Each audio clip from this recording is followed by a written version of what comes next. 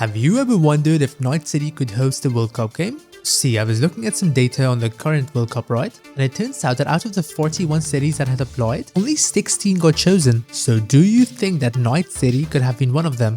I figured the most obvious place to start would be the rulebook, FIFA's official guidelines for their prospective hosts. And this basically comes down to three main categories: the stadium, its surroundings, and the ethical side. But before we can even begin to go through them, there is still one pretty important question that I haven't yet addressed. How would Night City even apply? Initially, I just thought that it'd apply as a city through the US, but then I realized that it's not actually a part of it. There's a whole piece of lore about how it broke away and became its own independent city-state. So the only real way to make this work would be if Night City came in as a co-host, the same thing that Canada and Mexico are doing right now. Even with that though, we do still have an issue. In order to co-host, you need to first be a FIFA member. And to be a FIFA member, you need to first be a country. So then where does that leave Night City? Is Night City a country? Would FIFA see it as one? After doing a bit more digging, it turns out that FIFA in 2004, to answer exactly these kind of questions, actually put into writing what their definition of a country is. According to them, for something to be a country, it needs to be an independent state recognized by the international community. Independent? Night City's got that covered, there was a treaty and everything, but recognized by the international community? The lore never really confirms that. So here's what I'm gonna do. I'm just gonna assume that it gets in. And now, before you come at me for taking the easy way out, let me defend my case. If you actually look at FIFA's country requirements, you'd notice that they're a lot looser than one would think. I mean, 20 of FIFA's current members aren't even sovereign countries. They let Kosovo in when a huge chunk of the world still doesn't recognize them. And back in 2016, even Gibraltar, a tiny British territory, made the cut. So even though Night City getting in is an assumption, I feel like it's a pretty valid one. Okay, with that out of the way now, let's get back to the guide.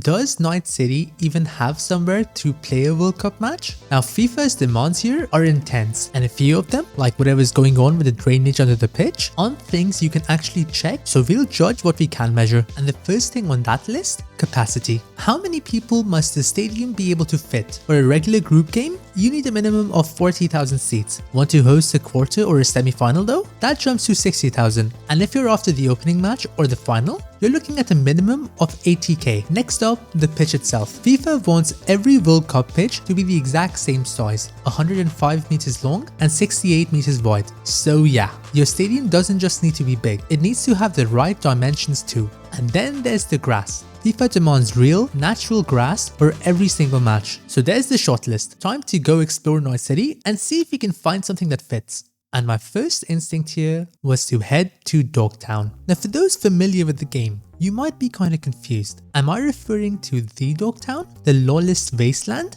Yes I am. Because this place actually has a surprisingly rich backstory, one that might just work out in my favor. See, even though it got added with the Phantom Liberty update, according to the lore, Dogtown goes back decades. Originally, this was meant to be Night City's take on Vegas. Luxury hotels, casinos, high-end resorts, the whole thing. And sitting right at the heart of it was going to be the crown jewel of the entire district, the EBM Petrochem Stadium. I think you see where I'm going with this. Built to be the home grounds for Night City's very own American football team, they sunk an absolute fortune into this thing. So on paper at least, this is exactly the kind of stadium that you could picture hosting a World Cup match. There is just one small problem. This is what the stadium looks like now. Somewhere along the line, the whole thing kinda just fell apart. A war spooked the investors, the funding dried up, and construction stopped for good. And if that wasn't enough, the entire area got taken over by a dictator, walled off, and turned into a combat zone. As for the stadium itself, the only thing calling it home these days are a black market and a nuclear airship buried right in the middle of its grounds. So safe to say, it needs a little work. So then, why am I even still talking about this place? Because of something interesting that I found in the lore. Did you know that there is a petition that is currently going around Night City to try to take the stadium back? So why hasn't it happened yet? Honestly, because right now, Dogtown is just worth more left alone. The black market running through it lines a lot of pockets, and taking it away from a warlord and his private army is not going to be cheap. So the city just runs the numbers and leaves it be. But that got me thinking, what if there was a reason big enough to flip that math? Something that suddenly made taking it back worth the trouble. Something like, say, a World Cup? See, the obvious assumption is that a World Cup floods the entire city with tourists. Hotels booked solid, bars packed, money getting spent on every corner, new cash pouring into Night City from all over the world. Surely that's enough to finally justify cleaning up Dogtown. But as it turns out, this may just be the single most debunked idea in all of sports economics. Those tourists don't add nearly as much as you'd think. A lot of the regular visitors that a city would have gotten anyway just stay away because the crowds scare them off. Fans flooding in mostly just replace the tourists who would have shown up otherwise either ways. And the money that's spent by the fans who actually do show up, a lot of it never even touches the city. When you buy a ticket, for instance, the money goes straight to FIFA. Same with the broadcast deals, the sponsorships, the merch, all of it. The host doesn't see a cent, and it shows. 12 of the last 14 World Cups actually lost money for the place that hosted them. So no, the tourism goldmine isn't quite the jackpot that I was hoping it would be, throwing this plan right out the gate. And so looking away from Dogtown and the city's only other stadium, apparently that one didn't even survive to 2077. This really did seem like a dead end. Until I remembered the last World Cup. You see, back in 2022, Qatar ran into a pretty similar problem. They needed stadiums and they didn't already have them. So what did they do? They just built them from scratch. Turns out, you don't actually need to already own a World Cup stadium. FIFA is perfectly happy for you to just build a brand new one. Except, here's the thing. A new World Cup stadium usually means $1 billion of concrete and years of construction, the kind of thing a stable, wealthy country puts stop. Night City is none of those things. So the real question isn't whether we can build something new. It's whether there's a version of new that a place like Night City could actually pull off. And lo and behold, that's where Qatar comes back in. Because they didn't just stop at building normal stadiums. One particular one that they came up with solves all our problems. They called it Stadium 974, and this one was built almost entirely out of shipping containers. It seated 40,000 people and hosted 7 full World Cup matches, and as a bonus, it even fits the lore. After the war, Night City was literally rebuilt with these. They were thrown up fast and cheap to house the homeless. And now, those same containers can go up just as fast and just as cheap to keep our World Cup bid alive. Now that that's sorted, we have a new problem. Where are we even putting this thing? Stadium 974 sat on a plot of land about 212 by 200 meters big. Assuming we built the exact same one, that's not even 1% of our map. So finding a gap that small should realistically be the easiest thing we've done all video. But of course, it's never that simple. We aren't just looking for any empty space. It's got to be the right space. Because under FIFA's strict guidelines, the stadium is just the tip of the iceberg. You also need 2 central fan festival sites, each one big enough to hold 15,000 people. There's a massive international broadcast center to find room for. Your team hotels need to be 4 to 5 star, and every one of them needs its own private training pitch, floodlit and fenced off behind 2.5 meters of security. Oh, and the hotel and the pitch? They can't be any more than a 20-minute drive apart. And that's not even all. On top of that, we need 4,000 spare rooms for the flood of fans that'll show up, and 3 completely separate power grids so we don't risk the whole thing going dark mid-match. Suddenly, finding a spot isn't so easy. Now my first thought here was to look to the Badlands. I mean, it's big and it's pretty open, so on paper it made sense. There would be no towers to work around, there would be nothing to knock down. It'd just be miles and miles of open dirt. But as soon as you start running it through FIFA's requirements, the whole plan immediately falls apart. It might have space, yes, but that's about all there is. You want power? Well, there's literally zero infrastructure. That strict 20-minute drive between the stadium and 5-star team hotels? Physically impossible. And then there's security. The Badlands sit entirely outside NCPD control. Not exactly the kind of place where you'd want a stadium full of tourists. And so with that cross off the list, it was back to the map. And I looked and looked and looked. Until I found this. Now at first glance, you might notice that something's not quite right. There seems to already be a building sitting right where our stadium's meant to go. Which, fair enough, does sound like a problem. But let me tell you a little something about where we are. This is Santo Domingo, or more specifically, a sub-district of it called Arroyo. And this right here is Night City's industrial heart. See, out here, corporations are constantly knocking factories down and throwing new ones back up. Land gets cleared, used, and cleared again. Which means what we're looking at is actually something called a brownfield plot. Basically land that's already been built on for industry, sitting there ready to be flattened and redeveloped the moment someone with enough money decides to. And Arroyo is full of them. We aren't hunting for empty fields anymore, we're just picking a lot and clearing it. The exact same thing that corps out here do every other week anyway.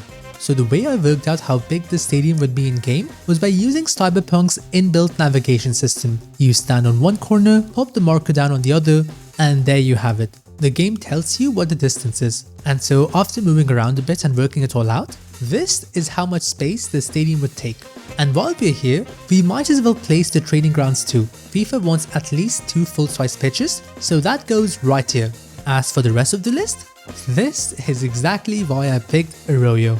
Take the power for instance. Remember those 3 independent grids FIFA wanted? Well, factories over here can't just afford to stop when the power cuts out. So these blocks out here, they already come equipped with their own backup systems. Same story here for the International Broadcast Center and the fan festival sites. The factories over here are cavernous. Just put the broadcast center in any one of those. And for the fan festivals, Arroyo's got lots of open space to spare as well. Last on the list, security.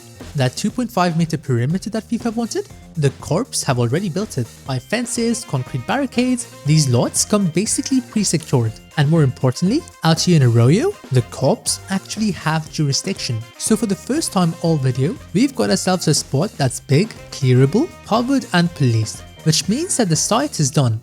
Now we just need somewhere to put everyone. And here's what I've come up with for that. At the top for the teams and the VIPs, we have Konpeki Plaza over in the Watson district. This is canonically the most exclusive hotel in Night City. A step down for the well-off fans and the press, there's Hotel Raito over in Kabuki. And then for everyone else, the regular fans, there's the Dewdrop Inn, a classic multi-story motel over on Brandon Street. And I've made sure that it all holds up logistically too. There's an end-card station right here, plus there are freeways to move everyone between the hotels and the stadium.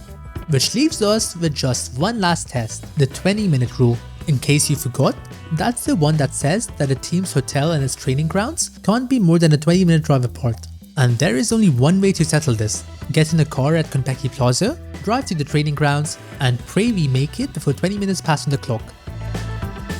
And go!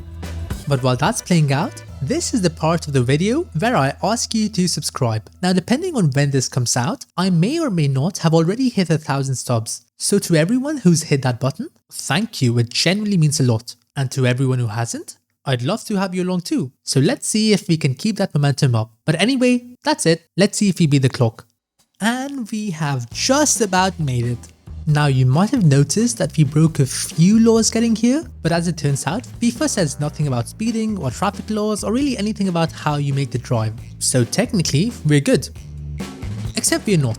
Just as I was about to start doing research for the next section, a realization struck me. A match has 2 teams in it. Up until this point, for some reason I just assumed that they'd be sharing a hotel, and by extension, the training pitch, which obviously they wouldn't be.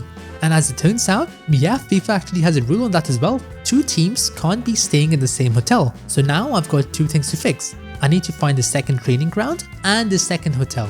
Now the training ground's the easy one. We open the map, copy, paste, and now there's 2. The hotel though? That one's trickier. Because Night City somehow only really has one place fit for a national team. And that one we've already used. Now technically there is a second high-end spot, but it's in Dogtown, so that kind of rules it out for pretty obvious reasons. So we gotta find somewhere else, somewhere nice and somewhere within 20 minutes of Arroyo. And I'm not gonna lie to you, this took far longer than I thought it would, because it turns out that Night City doesn't really have any other expensive hotels. And while having a mental breakdown about that, something struck me. Looking back at the guidelines, they don't ever mention the need for a hotel. And if all we're looking for is high-end accommodation, then a luxury apartment tower does the job just fine. And those, we've got a lot to choose from. Corporate Plaza and City Center is home to the most expensive apartments in all of Night City. clear out a few floors, put in some security, and there we go, we're sorted. And looking at the map, it's definitely a lot closer to Arroyo than Konpeki was, so we should be good on the time front too. And there we have it, all the housing and amenities have been figured out. Which then just leaves us with one more section of the checklist left, the environmental and the social side. Yeah, we might be in trouble. In 2026, for the first time ever, FIFA wrote a full set of human rights and sustainability rules straight into the bid. So what do they want? Non-discrimination, fair wages and safe conditions for the people building the stadium, the homeless to be protected, policing that respects human rights, and the environment to be looked after. All really good things to want. Unless you're Night City. This is a city that before breaking away was officially voted the worst place to live in America. Crime over here runs at double the rate of the country next door. The homeless population is up 300% and every single district is run by at least one gang. Which means that this is the part of the checklist that should realistically end this whole thing. On every human and environmental standard that FIFA has, Night City fails like 10 times over. So is that it then? Is Night City out? Not yet. Because if you take a closer look at these standards, you'll realize that they aren't actually rules. FIFA never says that you have to fix any of this, it just says that you have to submit a plan. And then in writing, it literally also says that none of this is legally binding. So realistically, Night City can say whatever they want. Nobody's actually checking whether they follow through or not. Which means that some way, somehow, Night City still survives. And that's it. The whole checklist is done. The stadium, the hotels, the power, the security, all of that's been sorted. And the ethical side, we have successfully dodged. And even though it's not a clean yes, and there is still that whole question of whether the world would even recognize it in the first place, Night City has essentially cleared everything that's been thrown at it, which going in is generally not the answer that I expected. So then, out of the 16 cities that were chosen to host the World Cup this year, could Night City have been one of them? Yes, it could have.